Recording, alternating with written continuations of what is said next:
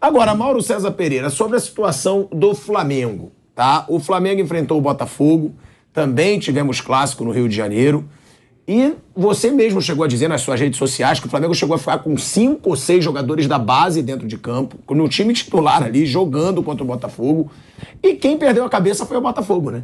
Porque o Botafogo teve 3 jogadores expulsos, um deles o Carly, que é um dos mais experientes e estava no banco, e teve cabeçada em juiz, teve esse despreparo do Botafogo, principalmente psicologicamente falando. Levou um gol aos 20 segundos de jogo, do Matheus Gonçalves. Também queria que você falasse desse garoto, que você mesmo já percebeu que ele é um dos xodós do Vitor Pereira, né, Mauro? Que você vê que o Vitor Pereira dá mais espaço para ele até do que para o Matheus França, que renovou agora com o Flamengo por R$1 bilhão de multa. E não é você fala assim, é 1 bilhão, não, é 1 bilhão mesmo. É 1 bilhão, até mais, é 1 bilhão e 100 milhões, eu acho, de multa rescisória aí do garoto Matheus França. O que falar da partida? Ou seja, o garoto Matheus França, se exigir a multa, será um monumento na história do Flamengo. Ele vai ficar lá até os 100 anos, né? Não vai. Se for. Não vai nunca. Mas a gente sabe que é proteção. É proteção, e o que leva o salário desse garoto lá pro alto, porque é proporcional, salário e multa. O que falar, Mauro, do jogo e dessa relação do Vitor Pereira com o Matheus Gonçalves? Eu acho que, primeiro, do jogo, assim, o que mais acho que me chama a atenção é essa situação que o Botafogo... Assim, o Botafogo se coloca nessa situação já há algum tempo, com diferentes dirigentes. O que aconteceu, se você pegar até os anos 90, o Botafogo competia com o Flamengo, muitas vezes até não só em igualdade de condições, como até em condições melhores que o Flamengo. Na última década, especialmente, houve uma mudança muito drástica. O Flamengo começou a se organizar, passou a ter um faturamento maior, começou a investir no seu time. E o Botafogo teve rebaixamentos, fases muito difíceis, e agora virou SAF. Quando o Botafogo virou SAF, já vinha sendo alimentado durante alguns anos, né? Alguns bons anos. Todo o confronto dos dois é assim. Hoje, o jogo mais hostil para o Flamengo no Rio de Janeiro, você sabe disso, é com o Botafogo. Se for um Flamengo e Vasco no Maracanã, ou um Fla-Flu no Maracanã, Flamengo e Vasco sempre é no Maracanã, né? Já teve em São Januário, mas em geral é no Maracanã, divide lá a torcida e tal. Com o Botafogo fica um clima meio bélico, tem de tudo. Até o Vinícius Júnior sofreu ofensas racistas uma vez num jogo Botafogo-Flamengo no Engenhão, no estádio Newton Santos. Por quê? Muita gente do Botafogo passou a encarar esse confronto como se fosse a Terceira Guerra Mundial. É um exagero. Esse jogo é um jogo do turno ali, se classificando, o Botafogo... Acho que ainda deve se classificar, embora tenha se complicado um pouquinho com esse resultado. O Flamengo foi com um time cheio de reservas, porque amanhã joga contra o Del Valle, Independente Del Valle pela Recopa. E tinha realmente, o Matheus Gonçalves tem 17 anos. No segundo tempo ele tinha saído, substituições, também saiu o Pulga, saiu o Marinho, que já eram jogadores já profissionais, mais velhos, evidentemente. E estava lá o Lohan em campo. O Lohan tem 16 anos de idade. 16 anos, quer dizer, a idade do Hendrick. Um jogador do Botafogo se descontrolando. O Tiquinho Soares, o cara de experiência internacional. O Marçal jogou na Premier League. O Carly é um jogador de 36 anos, argentino, já está no Brasil há muito tempo. Incrível como é que esses caras perdem a cabeça. Parece que o clube, o pessoal todo no Botafogo, quando joga com o Flamengo, parece que é uma coisa desesperadora. E aí teve gente reclamando da anulação do gol. Teve 2 impedimentos no gol. Os 2 gols foram muito bem anulados, o do Flamengo, do André, e o do Botafogo. E no final o Flamengo tinha 5 jogadores com idade de sub-20, um com idade de sub-17, que é o Lohan, isso porque o Matheus Gonçalves, que tem 17, já tinha saído. O goleiro, Matheus Cunha, 21 anos, não tem nem 10 jogos no profissional. E o André, que também tem 21, esse que fez o gol que não valeu, também não tem 10 jogos nesse profissional, tem pouquíssimos jogos. E ainda assim o Botafogo se desesperou. O negócio realmente precisa de um analista, sabe, uma terapia coletiva. O que é isso, gente? Agora, entra também uma outra questão que me parece, que é o seguinte: quando chega a SAF, é criada uma expectativa muito exagerada, até pela falta de costume com isso aqui no Brasil. A gente sabe que no futebol, pelo mundo, muitos clubes têm proprietários e a maioria deles não disputa título. Tem dono, mas o investimento não é para brigar por título. Isso acontece em todo canto. Alguns disputam título, né? E as pessoas imaginam, agora com um milionário comprando o futebol do meu clube, eu vou ter um time para ser campeão de tudo. Então, muitos botafoguenses ligaram o modo ilusão e pensaram, opa, agora em pouco tempo vamos brigar com o Flamengo, vamos brigar com Palmeiras, Atlético Mineiro, Corinthians, Internacional, o que passar a gente vai bater. Não é assim. Foram contratados muitos jogadores, mas o Botafogo não tem um time desse nível. A gente nem sabe se terá, que vai depender da da disposição do John Textor investir. E ele tem o Lyon, ele tem lá o Crystal Palace. E também se ele vai querer ser campeão ou ganhar dinheiro, né? Tem time na Bélgica. Ele decide o objetivo Qual dele. é a proposta dele de fato? Por mais que ele fale, você só vai saber na prática. Um dos caras da 777, há um ano, quando ele estava naquele processo de compra do futebol do Vasco, tirou lá um CNPJ novo e tal, chegou a dizer, depois de um Vasco-Flamengo, que aquele era a última vez que os dois se enfrentariam com essa diferença de nível técnico, o que obviamente foi um absurdo, porque mesmo com as contratações que o Vasco está fazendo, é lógico que o Vasco ia montar em um ano, até o próximo jogo com o Flamengo, que é agora no domingo que vem, um time tão forte como o Flamengo construiu ao longo dos últimos anos. Então, aí, alguns personagens alimentam essa expectativa. Em alguns momentos, o John Textor talvez tenha feito também isso. E o torcedor fica, quando ele se depara com a realidade, que é perder para um time do Flamengo cheio de garoto, fala, peraí, não foi para isso que a gente virou SAF. E aí bate esse desespero coletivo. Para o Flamengo foi ótimo, porque deu aí uma tranquilizada. Alguns jogadores jovens que foram bem mostraram ali possibilidade de serem úteis no time principal. O Matheus Gonçalves, obviamente, é o principal deles, até pelo gol, pela atuação, mais uma. O Rodrigo Caio jogou uma partida impecável ao lado do Pablo. Os dois não perderam uma bola. O Flamengo jogou com meio híbrido, era 3 zagueiros em alguns momentos, mas aí o Cleiton, que é zagueiro, fazia a função de lateral esquerdo, que ele não tinha o Felipe Luiz e o Ayrton Lucas foi preservado para jogar amanhã. Então ele fez uma experiência ali no sistema de jogo um pouco diferente, viu mais garotos em ação.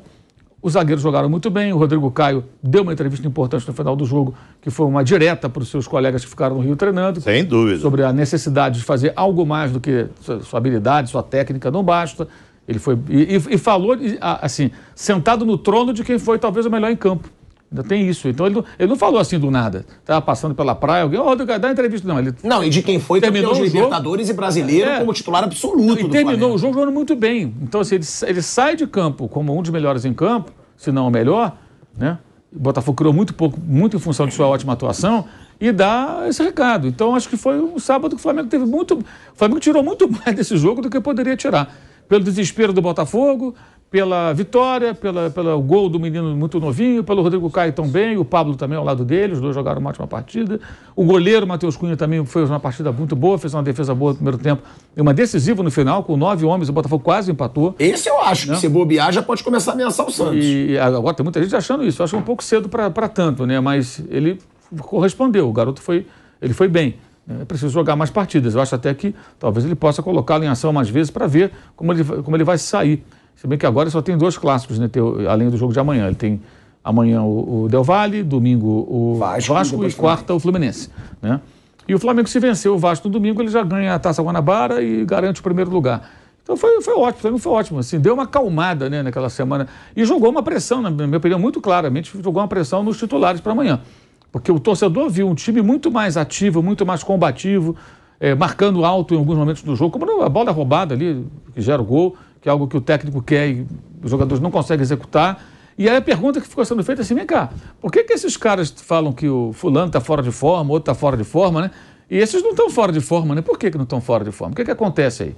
Não começaram a treinar todo mundo junto, a temporada não foi igual para todo mundo... Por que alguns... Essa é a pergunta também que eu faço, que eu não tenho resposta. Já perguntei a pessoa do Flamengo, quem responde? Por que o Arrascaeta está...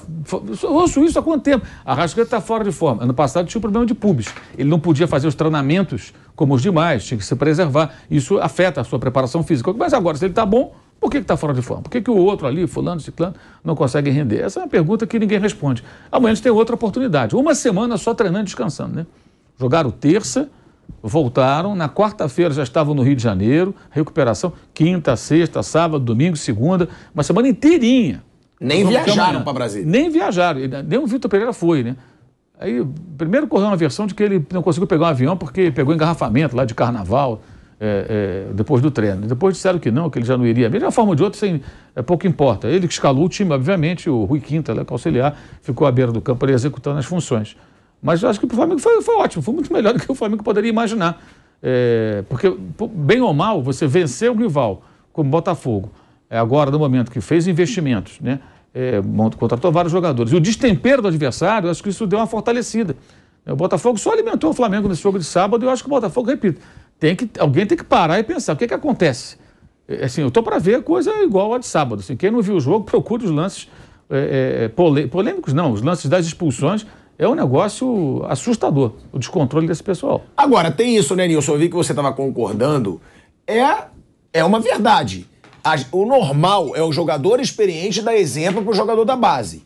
E quem deu exemplo pro time titular do Flamengo foram os garotos.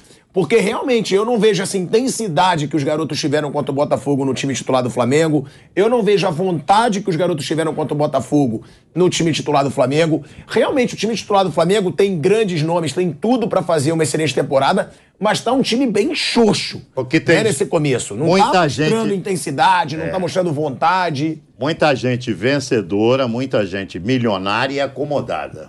Tá tudo num grupo só.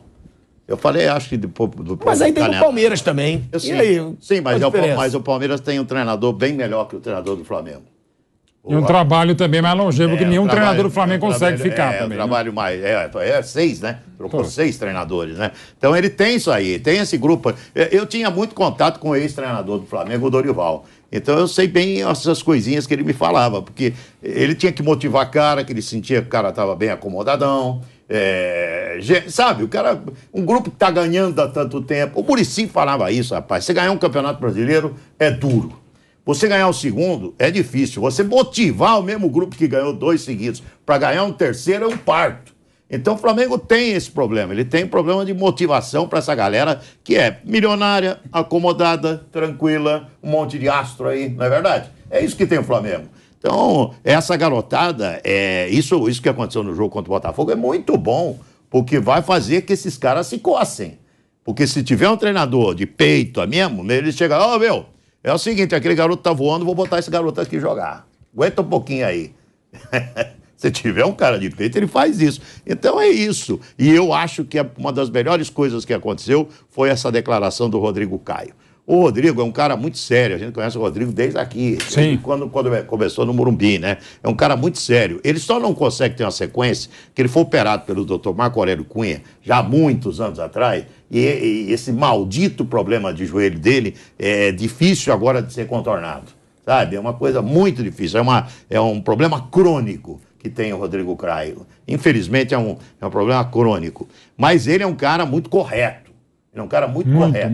E ele percebe o que acontece no Flamengo claramente, porque ele vive lá dentro. O que ele fez? Aproveitou que fez uma bela partida contra o Botafogo, falou, agora eu vou dar uma falada aqui para ver se esses caras se coçam. Porque o Flamengo precisa mais do que isso. Mais do que técnica, mais do que qualidade, precisa botar um pouco de coração, de vontade, de força, né? E esse time veio perdendo isso ao longo dos anos, porque se trata de um time extremamente vencedor que acabou se acomodando. Eu faço essa leitura do Flamengo atual.